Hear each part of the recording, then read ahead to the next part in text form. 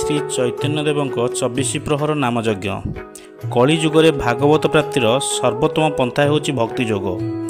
ସବୁ ଅବତାର ଏବଂ ମହାପୁରୁଷମାନେ କଳିଯୁଗରେ ଭଗବାନଙ୍କ ନାମକୁ ସର୍ବଶ୍ରେଷ୍ଠ ପନ୍ଥା ଭାବେ ଗ୍ରହଣ କରିଛନ୍ତି।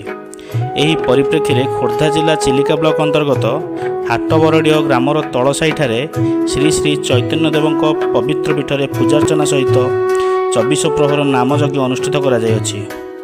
ଚଳିତ ମାଘ ମାସ ଶୁକ୍ଳପକ୍ଷ ଏକାଦଶୀ ତିଥିରେ ଶୁଭାଧିବାସ କରାଯାଇ ଜଳାଯାତ୍ରା ଅନୁଷ୍ଠିତ ହୋଇଥିଲା। ଏହି ଉତ୍ସବରେ ରଣପୁର ଅଞ୍ଚଳର ବାରଗଳିଆ ସ୍ଥିତ ମଠ ମହନ୍ତ ଯୋଗ ଦେଇଥିଲେ। ଦୋଳପୂର୍ଣ୍ଣିମା ପର୍ଯ୍ୟନ୍ତ 24 ପ୍ରହର ଅଖଣ୍ଡ ନାମଯଜ୍ଞ ଜାରି ରହିଥିଲା।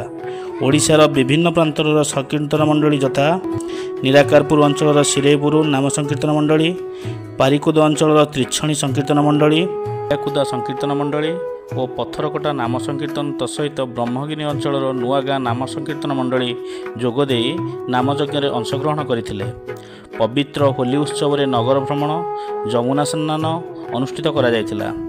ପଞ୍ଚଦିବସାତ୍ମକ ଏହି ନାମଯଜ୍ଞ ଉତ୍ସବରେ ସାମିଲ ହେଉଥିବା ବୈଷ୍ଣବ ମହାରାଜ, ବ୍ରାହ୍ମଣ ସାମନ୍ତ, ସମସ୍ତ ସେବକ, ସଂକୀର୍ତ୍ତନ ମଣ୍ଡଳୀ, ଦର୍ଶକ ଓ ଶ୍ରଦ୍ଧାଳୁମାନଙ୍କୁ ପ୍ରତ୍ୟେକ ଅନୁଷ୍ଠାନ ତରଫରୁ ପ୍ରସାଦ ସେବନର ଆପ୍ୟାୟନ କରାଯାଇଥିଲା।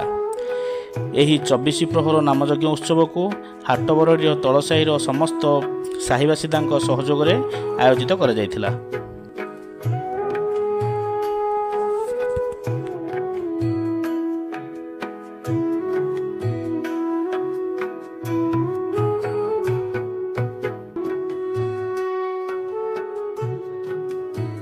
महाप्रभुଙ୍କର ହେଉଛି ଆଜି ଶ୍ରୀ ଚୈତନ୍ୟ ମହାପ୍ରଭୁଙ୍କର ପୂର୍ଣ୍ଣମୀ ଦିନ ଅଛି। ଆଜି ମହାପ୍ରଭୁ ଜନ୍ମ ହୋଇଥିଲେ। ଆଜି ଶ୍ରୀକୃଷ୍ଣ ଚୈତନ୍ୟ ମହାପ୍ରଭୁ ଏ ଦୋଳ ପୂର୍ଣ୍ଣିମା ଦିନ ଜନ୍ମଗ୍ରହଣ କରିଥିଲେ।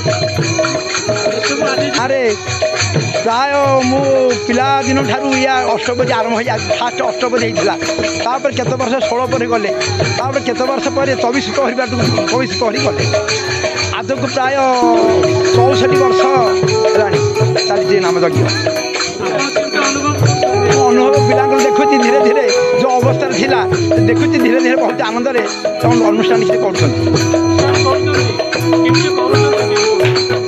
ଆମର ଏ ଗାଁର ଯେଉଁ ଅନୁଷ୍ଠାନ ହେଉଛି ସମସ୍ତଙ୍କୁ ଆମେ ମାଗି ଯାଚିକି ଅନୁଷ୍ଠାନଟି କରୁଛୁ। ଅନୁଷ୍ଠାନ ବର୍ତ୍ତମାନ 64 ବର୍ଷ ହେଲାଣି। ସମସ୍ତ ଗ୍ରାମବାସୀଙ୍କର ସହଯୋଗ ଓ ଉଦ୍ୟୋଗ ବଳରେ ଆଜିର ଏ ପବିତ୍ର ଅନୁଷ୍ଠାନଟି ଅଦ୍ୟାବଧି ଚାଲି ରହିଛି। ଚିଲିକା ବ୍ଲକ ନିକଟସ୍ଥ ହାଟବରଡ଼ି ଗ୍ରାମ ତଳସାହି ଗ୍ରାମ ପଞ୍ଚାୟତର ଆମର ଏ ଅନୁଷ୍ଠାନଟି ଚାଲୁଛି। 24 ପ୍ରହର ନାମଯଜ୍ଞ। ନାମଯଜ୍ଞ ହେଉଛି ଆପଣମାନେ ଜାଣିଛନ୍ତି, ନାମଯଜ୍ଞ ହେଉଛି ଶ୍ରେଷ୍ଠ ଯଜ୍ଞ।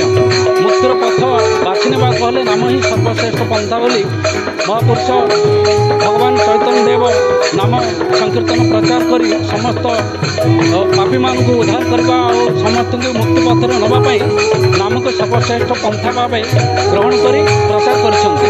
ଚୈତନ୍ୟ ଦେବ ଏକମାତ୍ର ନାମ ହିଁ ସର୍ବଶ୍ରେଷ୍ଠ।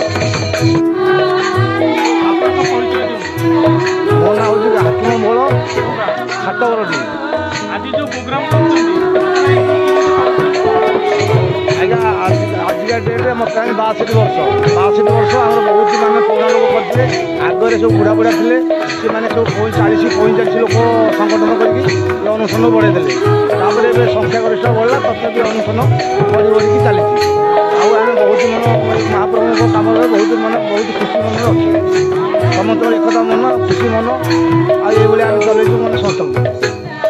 ଆଗାମୀ ଦିନ ଆମେ ପିଲାମାନେ ବହୁତ ମାଇକ୍ ସହ ଆମର ବହୁତ ଉତ୍ସବ, ବହୁତ ଆନନ୍ଦିତ।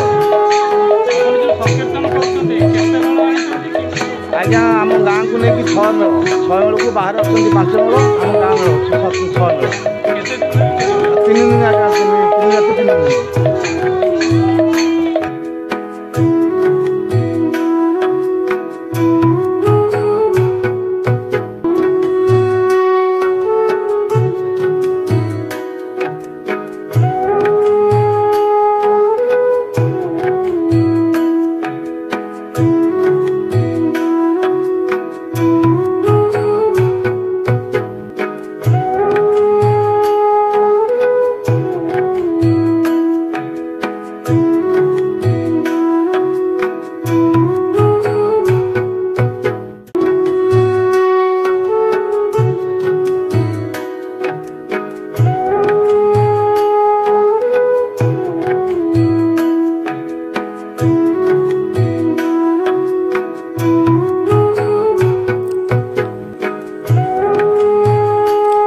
ଚିଲିକାରୁ ଦେବପ୍ରସାଦ ରଥଙ୍କ ରିପୋର୍ଟ ଦୃଷ୍ଟିକୋଣ।